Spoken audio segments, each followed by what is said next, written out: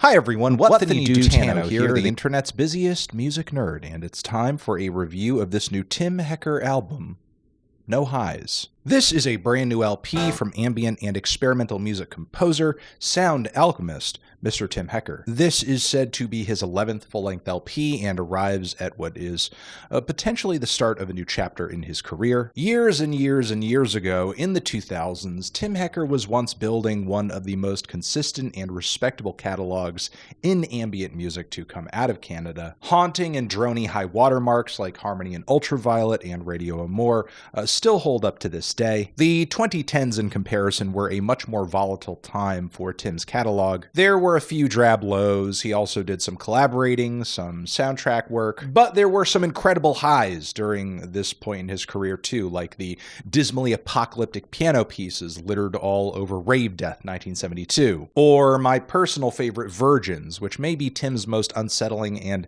texturally gratifying project to date, which is actually 10 years old this year and was my album of the year when it dropped. Then there's Where We Last Heard Tim, dropping two sister records less than a year apart, where a bulk of the material on these projects was inspired by the instrumentation and musical modes of Japanese classical music. Not my favorite records in his catalog, but certainly a surprise and had me wondering where he would take things next. However, No Highs feels more like familiar than foreign territory for Tim. While it's not as thick or as drony as some of his most beloved material, the strange, eerie, and slightly melancholy vibes are back in a big way, in a series of instrumental pieces that in their best moments feel like a vision of end times. You could catch some feel-bad vibes just based off the song titles on this thing alone. The synths are also back in a big way on this project, with seemingly no real angle in sight, which is interesting because a lot of Tim's material throughout the 2010s did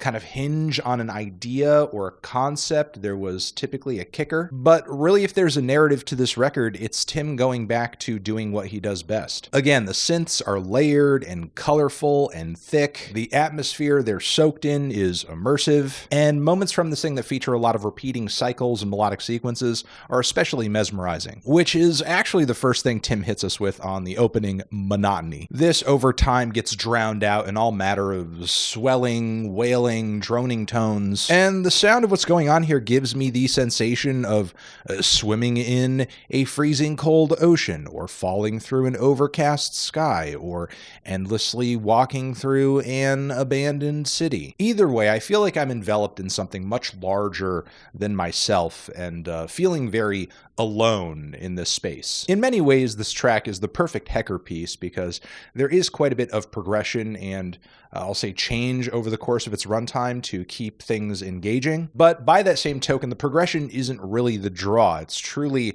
the fact that you can just feel lost in this piece forever. Now, there's also a part 2 on this track that pops up later in the track list featuring none other than saxophone player extraordinaire Colin Stetson, which is funny because I thought some of the howling tones on the intro could have been him or sounded somewhat like something he would do. There are some other random moments on the LP where there's clearly like some saxophones and reed instruments subtly popping in here and there. But yeah, the role Colin plays on the second part of Monotony is far from just like, you know, a background layer, just a bit of subtle accompaniment. As he's known to do, he just kind of cycles through these fluttering modal runs that just play continuously because, you know, he's got like that infinite breathing technique going. And I suppose his inclusion on the record is cool for the moment it lasts. I wish there was a bit more interplay between Tim's synth work and Colin's playing for the duration that it is like in the limelight, or maybe just that this passage here was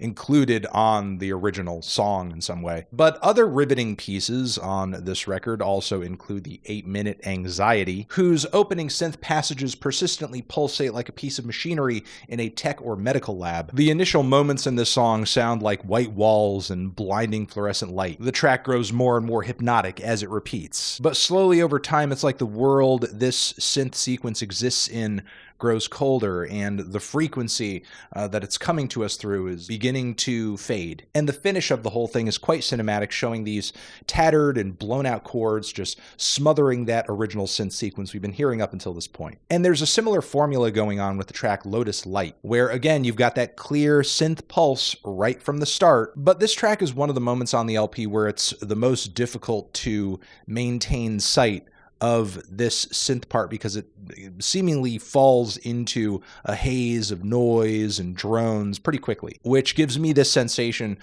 instantly of just feeling lost, drowning in waves of drones and haze. Now, other cuts on the LP like In Your Mind and Total Garbage may not be as lengthy as these pieces, but they're still gratifying in their own right, especially the latter of the two, which features some tragic chords that skip like they're playing off a broken record. These are then orbited by swelling beds of weepy strings.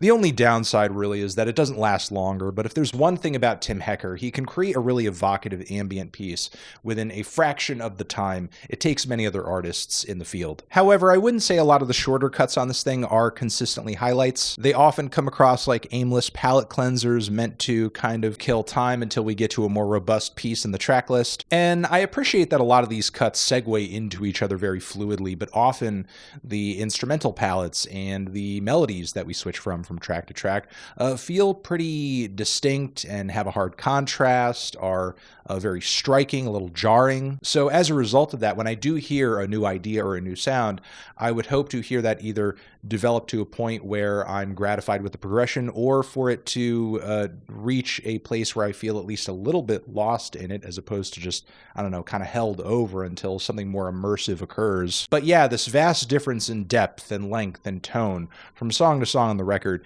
does leave the flow of this record a little choppy. As far as the final moments on this LP go, we have Sense Suppression, which is a shorter cut that pretty much seems like it's thrown in here to set things up for the finisher, Living Spa Water, which is one of the longer cuts here, but interesting that it doesn't really seem to follow the formula of any of the other bigger moments on this LP. There's no repetitive synth passage or guiding pulse to kick things off at the start, but I suppose it really does live up to its name because the sonics Tim does hit us with do feel like an embodiment of water. Additionally, I would say the vibes on this track are surprisingly relaxing, which is kind of odd for Tim to embrace in this era of his career, especially on a record here that has been so persistently dark up until this point. But yeah, this track kind of comes across disappointingly like a really mild synthy new age piece. Because while I do like the midpoint and its ghostly swells of synths,